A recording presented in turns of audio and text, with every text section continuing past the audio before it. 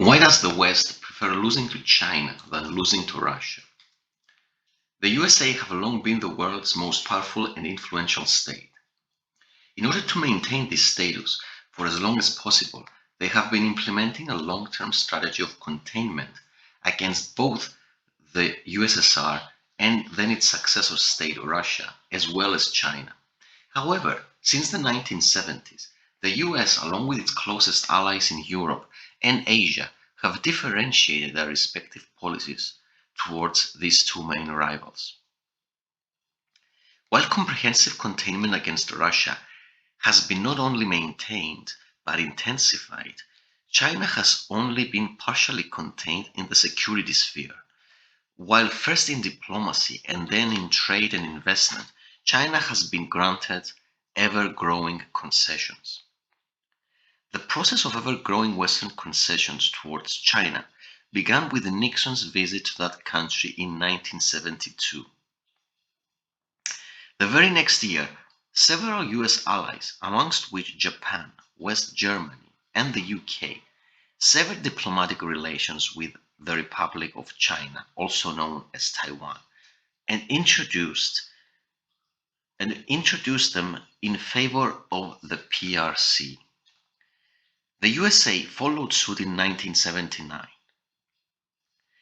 In 1997, the UK formally handed control of Hong Kong to the PRC, and most crucially, in 2001, China was admitted to the World Trade Organization, which removed or reduced tariffs on several Chinese exports into the world market. This process of improving West-China relations may have made obvious sense during the 1970s and 1980s, a period during which the USSR emphatically posed a greater threat to Western hegemony. But fast forward to the third decade of the 21st century, and it clearly generates a lot of interesting questions. The explicit purpose of this essay is to explain why, despite all the rhetoric, the collective West still considers and treats Russia as its main threat, while at the same time, mounting economic losses to China are still tolerated. In other words, the West prefers losing to China than losing to Russia. The explanation of this claim is the absolute key to understanding the global politics of the past half century, as well as the grave crisis in which the international system finds itself in today. The well-established consensus amongst Western experts and media is that China is America's primary geopolitical rival. This belief is based on the widespread perception that economic size is the decisive or even the sole factor in determining state power. The West's gurus and talking heads are in competition between themselves on who will belittle Russia the most. Their favorite angle of attack is comparing Russia's nominal GDP to that of some European state, Italy or Spain, for example, or some American state, Texas or, say, California. This comparison then turns out negative for Russia, at which point the conclusion seems inescapable. Russia is so pathetically poor when compared to the West that any contest between the two is not only a foregone conclusion, but quite absurd as well. The second most popular explanation on why Russia is second rate is the country's comparatively small population. It's not just China and India and the US that boast of far more people, but also a united Europe, as well as a few other countries such as Indonesia, Pakistan, Brazil, Nigeria, or Bangladesh. There's also lots of chatter about Russia's alleged extraordinary corruption, as well as its waning demographics. Then, after confidently establishing Russia's catastrophic prospects, the typical Western so-called expert will sometimes begrudgingly concede that China, on the other hand, is a rising power thanks to its multi-decade long economic boom. But if such is the case, and Russia is not only weak but weakening all the time, then why is the collective West so persistent and fixated in both explicit and implicit anti-Russian policies, such as the expansion of NATO, all forms of involvement in post-Soviet states, as well as economic and informational warfare? Even if the ruling regime in that country is as bad as advertised, the West's monomaniacal, single minded, obsessive hostility against Russia seems highly irrational if we are in fact dealing with a weak and declining former great power.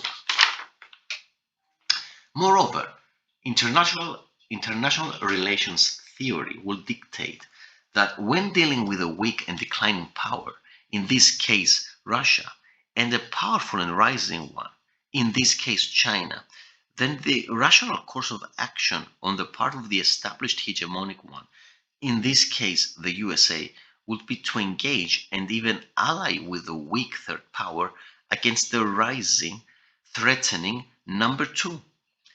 However, we are witnessing the exact opposite. We also sometimes get the claim that the only thing that genuinely worries the West by way of Russia is the latter's formidable nuclear arsenal. But if that were indeed the case, then that is one more reason to avoid antagonizing this country and instead try to accommodate and even appease.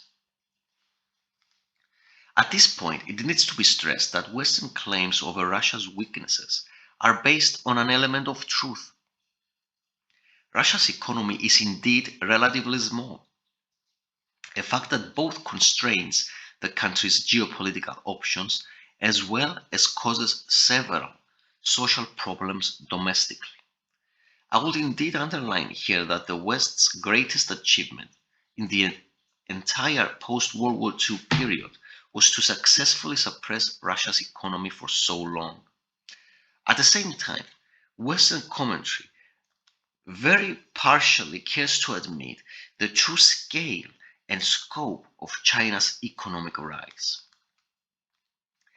Looking past the one dimensional metric of nominal GDP, China's economy by now far outstrips that of the US in several key sectors. In matter of fact, in most key sectors. In the automobile sector, for example, China outproduces the US by 3 to 1. Electric vehicle battery production in China dwarfs the US by 13 to 1. In steel production, China is again absolutely dominant by a factor of 12. In terms of electricity generation and consumption, probably the best single metric of overall economic activity, China is now bigger than the US by more than 2 times. I could go on and on citing similar statistics about several other sectors, but the inevitable conclusion here is this. There can be no doubt that by now China is an industrial behemoth, while Russia is severely lacking in this area. Despite all this, the collective West, for some objective yet unspoken reason, still considers China to be far and away the lesser of two evils when compared to Russia. What is this unspoken reason then? In reality, what makes Russia so uniquely threatening from the Western point of view is an overlap of geographic, geological, and even historical factors. The first and most obvious differentiating factor between Russia and just about any other country is its sheer geographic size. Its transcontinental and multi-regional reach. It's not just that Russia is the world's largest country by land area, and by a considerable margin at that. It's mostly about its multi-regional reach. Russia extends from Europe to the Pacific, from the Caucasus Mountains to Scandinavia, from Central Asia to the Arctic. This simply means that Russia is at one and the same time a European power, a Pacific East Asian power, almost a Middle Eastern power, and an Arctic power all at once. And all this without much need for any substantial naval element. Other countries are quite large as well, but they are mostly limited to one broad region. The US and Canada are limited to North America. Brazil is just in South America. Australia is simply in the Pacific. And China is in East, Southeast, and Central Asia. It's abundantly clear, merely by glancing at the world map, that Russia is unique both in terms of size and reach when it comes to geography. Here it has to be said that in previous eras, Russia's size was both an advantage and a disadvantage. A disadvantage because, due to its sheer size, Russia would take much longer to mobilize its army in case of war, as troops would have to be gathered from long distances and through the primitive means of transportation and communication of bygone eras. Another distinct disadvantage that Russia had to endure in the past was the possibility or actuality of a multi-state alliance simultaneously mobilizing against her on multiple fronts, as was the case in the Crimean War of the 1850s. This meant that Russia had no choice but to keep her forces split over all possible axes of attack. Even though this possibility has not entirely vanished, Russia's possession of nuclear weapons and satellite surveillance vastly complicates and tempers the designs and plans of any hostile alliance. Modern technologies and economics, coupled with Russia's geography, also mean that Russia can be potentially involved in the political, economic, and security arrangements of multiple strategic regions all at once.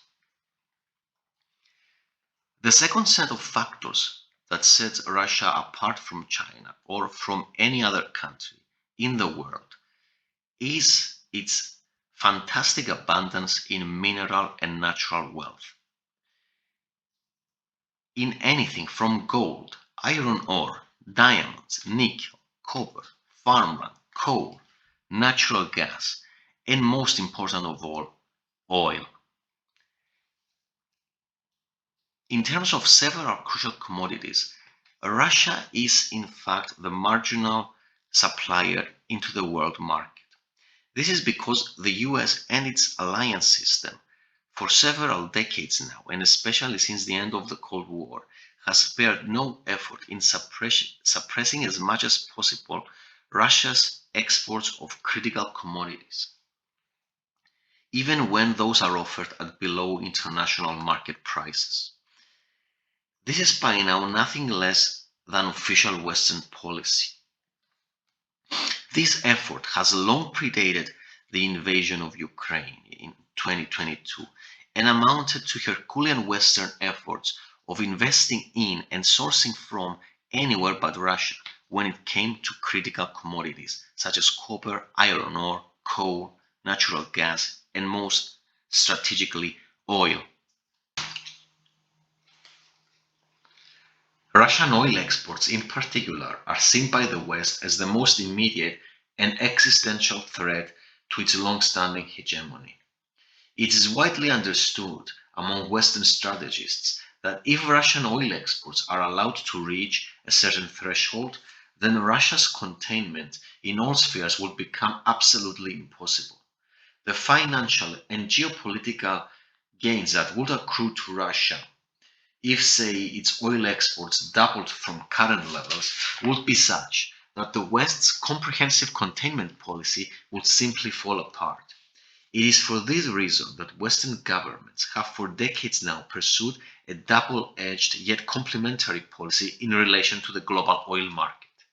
On the one hand, they have sought to minimize global oil consumption as much as possible through heavy taxation of oil products, strict efficiency and emission standards, shifting to any non oil source of energy when at all possible. On the other, they have tried to maximize oil production and exports from just about anywhere, except Russia. It's then not at all accidental that a few dozen small or medium oil producing countries have peaked in terms of their oil production and now find themselves in terminal decline. Outside the venerable core of oil producing and exporting countries, it's only a handful that have actually managed to increase their production during the past decade or so. It's the US mainly, Canada, Brazil, and slightly maybe Argentina. What is crucial to understand about the global oil trade is that oil exporting countries are extremely few in number and overall size of population, whereas oil importing ones form the vast majority of the world's population and economic activity. This aspect of the global oil trade merits several essays all on its own, but here suffice to say that 15 of the world's 20 most populous nations are either largely or exclusively reliant on oil imports for their economies to function at all. China is, in fact, the world's biggest oil importer, while Russia is the biggest exporter. This is the most crucial distinction between Russia and China in the eyes of Western strategists. And this is the primary reason why the collective West prefers losing to China than losing to Russia. The US and Western calculation is that regardless of how powerful China grows economically, it will always have to contend with this vital and inherent weakness, whereas Russia will always possess this crucial advantage. This is a decisive factor in global geopolitics. A similar more or less situation to that of oil, with that of Russia as the chief marginal supplier to the world market, applies with several other key commodities, such as gold, natural gas, coal, and iron ore. Just like with the world oil market, the Western allies follow a quite similar strategy, i.e., investing in and sourcing from anywhere else but Russia. The example of Indonesia here is quite indicative. This country has long been under American influence and has seen its production of oil, natural gas, and coal rise, peak several years ago, and is now in terminal decline in all three key commodities. This was dictated by imperatives contrary to the country's long-term interests. Clearly, Russia is uniquely gifted when it comes to geography, geology, but in my view, this is only part of the story. Russia also holds a third advantage, even if some could argue that it is not entirely objective. That is the country's own heroic history and collective memory. While the entirety of the post-colonial world still, or the global south as it is now often called, still even today views the different Western states with a certain degree of awe. This is not the case with Russia, however, which has faced the major states of Europe in multiple wars through the centuries and has more often than not come out on top. Moreover, Russia has in the past famously defeated virtually all of its neighboring countries when at their most ascendant and practically ended their aspirations as hegemonic European powers. This is historical memory. Russia was responsible for Sweden's end as a great power, most significantly when Peter the Great defeated Charles XII at Poltava in 1709. Poland had an even worse time against the Russians, and even Napoleonic France had to suffer the total destruction of its pan European army on Russian soil in the final months of 1812. France's status as the preeminent power on the European continent never recovered since then and has been declining ever since. But most important, most relevant of all in relation to Russia's current historical predicament is the memory of World War II, or of the Great Patriotic War as it is known in Russia. The memory of the Great Patriotic War is most relevant, not only because it is the most recent, but also because it perfectly encapsulates how far the Russians are capable of going in case the West is willing to push things to the very limit. The collective West, on its part, is very keenly aware of Russia's historical memory and deeply regrets and fears this fact, the fact that it is still alive. I think that this serves as a brief introduction as to why Russia is the West's number one target and why China has been receiving all these economic concessions for decades. My point here is that this long-term policy has directly led to the current global crisis, which I would not hesitate to describe as the early stages of World War III. But more on that for future essays.